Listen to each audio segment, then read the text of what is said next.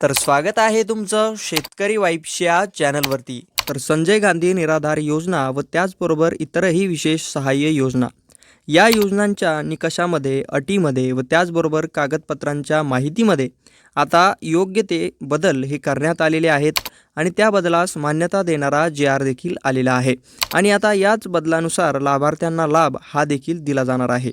जर या बदलानुसार तुम्ही देखील तुमची माहिती भरली नाही तर तुम्ही देखील या लाभापासून वंचित राहू शकता.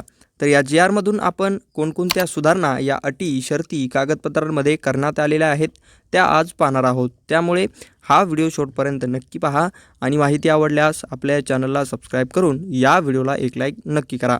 तर तुम्ही पाहू शकता हा आहे तो जी.आर. आणि या जी.आरचा विषय तुम्ही येथे पाहू शकता. विशेष सहाय्य योजनेच्या निकषात सुधारणा करण्याबाबत आणि हा जी.आर. दिनांक 27 मार्च 2026 रोजी शासनाने निर्गमित केलेला आहे. त्यानंतर येथे प्रस्तावना व या प्रस्तावनेनंतर तुम्ही पाहू शकता शासन निर्णय की या शासन निर्णयामध्ये याविषयीची माहिती येथे देण्यात आलेली आहे.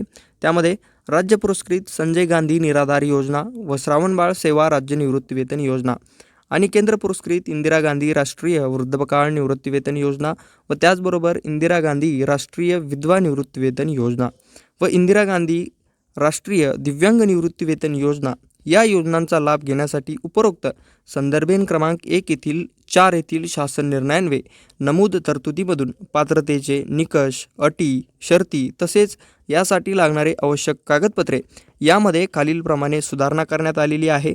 अशाच मान्यता या शासन निर्णयामधून देण्यात आलेली आहे. तर काय सुधारणा आहे, कोणकोणती नवीन माहिती यामध्ये तुम्हाला भरावी लागणार आहे ती आपण येथून जाणून घेऊया.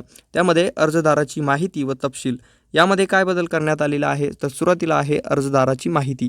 त्यामध्ये अर्जदाराचा आधार संलग्न क्रमांक, त्यानंतर श्री किंवा श्रीमती त्यांचे नाव, त्यानंतर अर्जदाराचे पूर्ण नाव ते पण इंग्रजीमध्ये किंवा अर्जदाराचे पूर्ण नाव मराठीमध्ये दोन्ही देखील चालणार आहे. त्यानंतर अर्जदाराची जन्मतारीख, अर्जदाराचे वय, लिंग, अर्जदाराचा भ्रमणध्वनी क्रमांक म्हणजेच मोबाईल नंबर, अर्जदार दारिद्र्य रेषेखालील आहे की नाही याची माहिती, अर्जदाराचा व्यवसाय याची देखील माहिती तुम्हाला या अर्जामध्ये आता द्यावी लागणार आहे.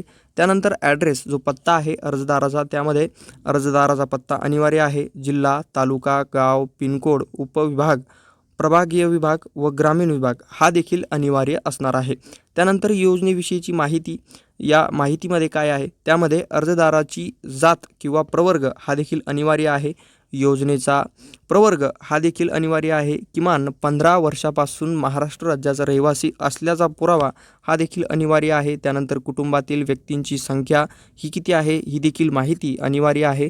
त्यानंतर सर्व मागणी मिळणारे कुटुंबाचे वार्षिक उत्पन्न, त्यानंतर दुर्ध आजाराचा प्रकार, अर्जदार दिव्यांग असल्यास UDID क्रमांक अनिवार्य, दिव्यांगांचा प्रकार, दिव्यांगांची टक्केवारी. त्यानंतर आपण पाहूया बँक खात्याची तपशील तुम्हाला कशाप्रकारे अनिवार्य राहील. त्यामध्ये आधार संलग्न बँक खात्याचा क्रमांक, खाते क्रमांक पडताळणी, ISIC कोड, त्यानंतर बँकेचे नाव, खातेदाराचे नाव व त्याचबरोबर स्वयंघोषणापत्र हे देखील अनिवार्य असणार आहे. तर आता आपण पाहूया या योजनेअंतर्गत कागदपत्रांमध्ये कशा प्रकारचे आवश्यक ते बदल करण्यात आलेले आहेत.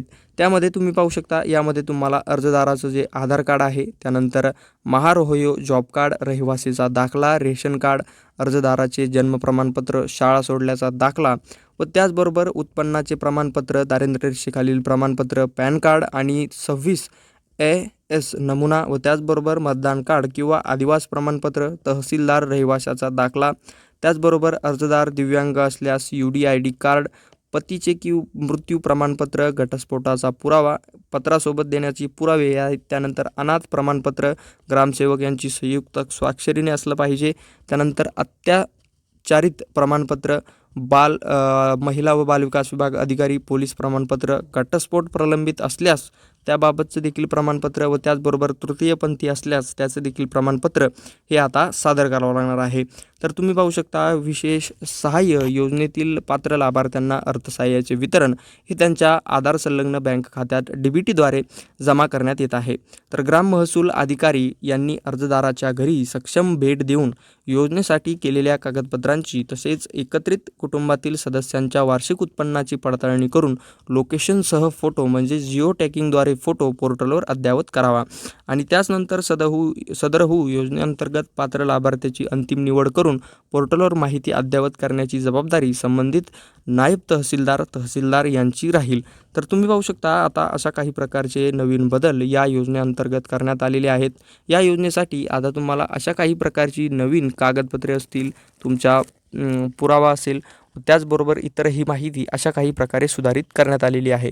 तर ही होती याविषयीची सविस्तर माहिती जर तुम्हाला आवडली असेल तर आपल्या चॅनलला सबस्क्राईब करून या व्हिडिओला एक लाईक नक्की करा, म्हणजे अशाच अपडेट्स तुमच्यापर्यंत पोहोचत राहतील।